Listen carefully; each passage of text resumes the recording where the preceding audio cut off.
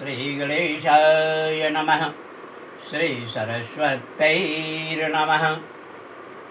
श्री भोलेनाथाय नमः। आशुतोषाय नमः। गंगाधराय नमः। श्री शिव महापुराण का 6वां अध्याय आज प्रारंभ हो रहा है, जिसके प्रसंग के अंतर्गत बताया गया है कि शिव पुराण के श्रवण का विधान क्या है।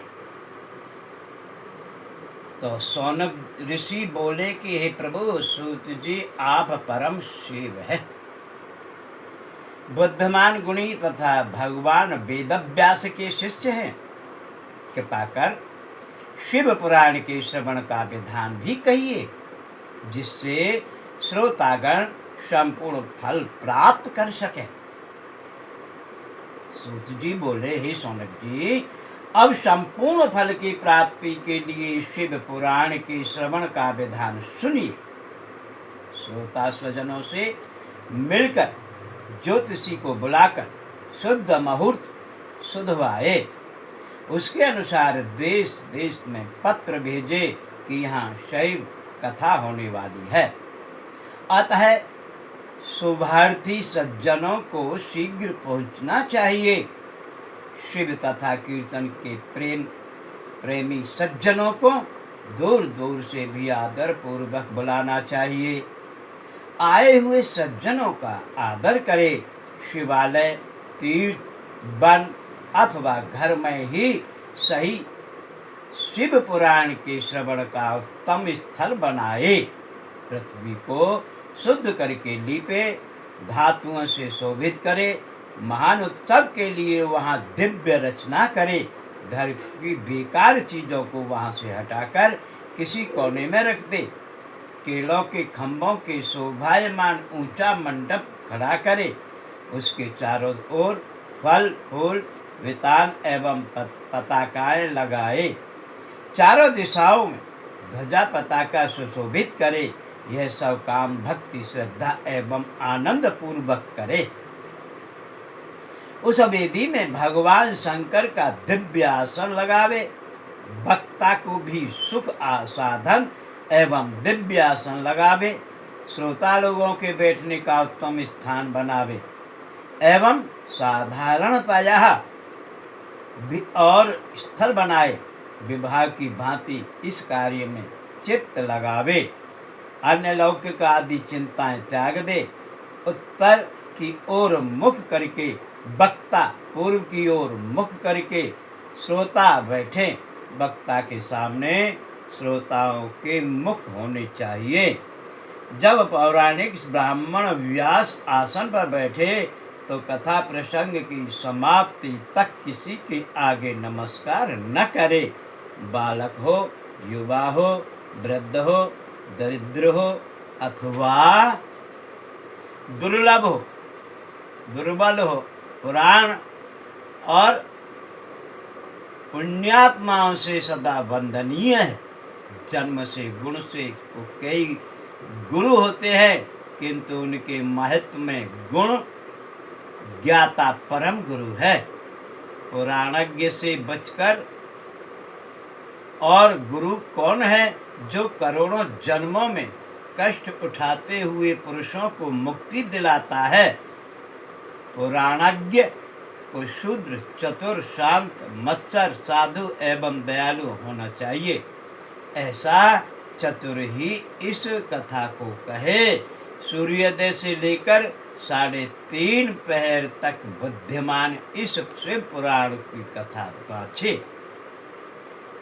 दुर्जन एवं चोरों के स्थान पर धूर्तों के देश में एवं घर में इस कथा को न बाँचे। अभी तो घर में बताया जा रहा था, अब घर में न बाँचे।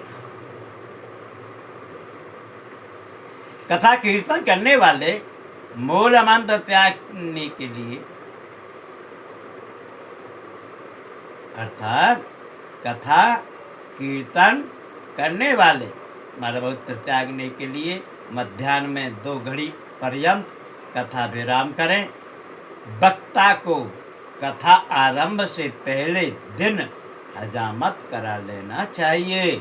वक्ता की सहायता के लिए संशय छेदन करता जनता को समझाने में चतुर पंडित वक्ता के पास बिठाना चाहिए। कथा निर्विघ्न समाप्त हो, इसलिए प्रथम नित्य ही गणेश पूजन करें। फिर कथा के स्वामी शिव तथा पुस्तक की भी पूजा करें। श्रोता शुद्ध चित्त हो, परम प्रसन्न होकर शिव पुराण की आदर पूर्वक कथा सुने। अनेक कर्मों में भ्रांत चित्त, काम क्रोधादि 6 विकारों से युक्त व्यभिचारी पाखंडी ऐसे व्यक्ति और वक्ता एवं श्रोता पुण्यभागी नहीं होते। सांसारिक चिंता, धनग्रह, पुत्रादि की चिंता त्याग कर शुद्ध बुद्धि होकर कथा में चित्त लगाने वाला ही उत्तम फल पाता है। श्रद्धा भक्ति से युक्त अन्य कार्यों में लालसा में रहित वाणी रोचक वाला शुद्ध श्रोता ही पुण्य का भागी होता है। जो नराधम भक्ति से रहित इस कथा को सुनते हैं उसे कोई फल नहीं मिलता, जन्म जन्म से दुख पाते हैं। जो पुराण की पूजा यथाशक्ति भेंटों के द्वारा करके इस कथा को सुनते हैं वे मूर्ख, दरिद्र एवं अपवित्र होते हैं। जो मनुष्य कथा होते समय उठकर अन्यत्र चले जाते हैं, भोगांतर में उनकी द्वारा भी संपत्ति नष्ट हो जाती है। जो पान चबाते इस कथा को सुनते हैं उन्हें नरक में यमदूत उन्हीं की विष्ठा खिलाते हैं। जो इस कथा को ऊंचे आसन पर बैठकर सुनते हैं वे सब नरक यातनाएं भोग कर काक होते हैं। और जो वैराग्य आसन कुर्सी पर चढ़कर कथा सुनते हैं वह तरह नरक भोग कर विष वृक्ष होते हैं। जो वक्ता को प्रणाम न करके कथा सुनते हैं वे सब नरक भोग कर अर्जुन वृक्ष होते हैं। जो निरोग होकर भी लेट कर कथा सुनते हैं वे नरक के अन्नतर अजगर आदि होते हैं। जो वक्ता के बराबर आसन पर बैठकर कथा सुनते हैं उन्हें नरक में गुरु सैया पर चढ़ने की का जितना पाप लगता है, पाग बांधे कथा सुनने वाले मनुष्यों के पुत्र पापी एवं कुल दूषक होते हैं। जो वक्ता को एवं इस पवित्र कथा का निंदा करते हैं वे नरक भोग कर 100 जन्म कुत्ते होते हैं। कथा होने के समय जो पूरे विचार निकालते हैं वे घोर नरक भोग कर गंधर्व होते हैं।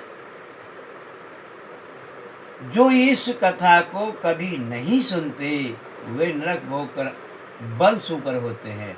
जो खल कीर्तन कथा के समय विघ्न डालते हैं वे करोड़ों वर्ष तक नरक भोग कर ग्राम सूकर बनते हैं। यही विचार कर श्रोता एवं वक्ता दोनों को भक्तिवान, प्रसन्न, बुद्धिमान होकर कथा करनी एवं सुननी चाहिए। विघ्न विनाशन के लिए नित्य प्रथम गणेश पूजन करें। नित्य कृत्य संक्षेप में करके प्रायश्चित भी करें। नवग्रह पूजन, सर्वतोभद्र देव पूजन तथा पुस्तक पूजन करें। पूजन के अनंतर भक्ति से होकर छोड़कर भक्ति से हाथ जोड़कर विनीत पुस्तक का शिव रूप समझकर स्तुति करें। हे शिव पुराण देव, आप साक्षात महेश्वर हो, प्रत्यक्ष हो, श्रवण के लिए स्वीकृति हो, अतः मुझ पर संतुष्ट होवे। मेरा यह संपूर्ण कथा श्रवण करने का मनोरथ आपको सफल करना है। विघ्न न पड़े हे शंकर, मैं आपका दास हूँ, भवसागर में निमग्न हूँ, कर्म रूप ग्रहों से पड़ा हुआ दीन हूँ, मेरा उद्धार करो। इस प्रकार शिव पुराण को साक्षात जानकर दीन होकर स्तुति करे। तब नम्रता से व्यास जी को पूजा करे। शिव पूजा विधि से पुष्प, वस्त्र, भूषण, धूप, दीप आदि से वक्ता की भी पूजा करे। उसके आगे शुद्ध चित्त होकर पुराण समाप्ति तक यत्न पूर्वक नियम धारण कर वक्ता को प्रार्थना करे कि आप शिव शास्त्र विशारद परम ज्ञानी श्री व्यास रूप हो। इस कथा के प्रकाश से मेरा अज्ञान दूर करो। शिव पर पंचावर्ण मंत्र के जप के लिए 5 ब्राह्मण का वर्णन करो। वे शिव पंचाक्षर मंत्र को भी जपते रहे। यह मैंने कथा के श्रवण का सिद्धांत वक्ता श्रोता आदि भक्तों का लक्षण सुना दिया। अब क्या सुनना चाहते हो?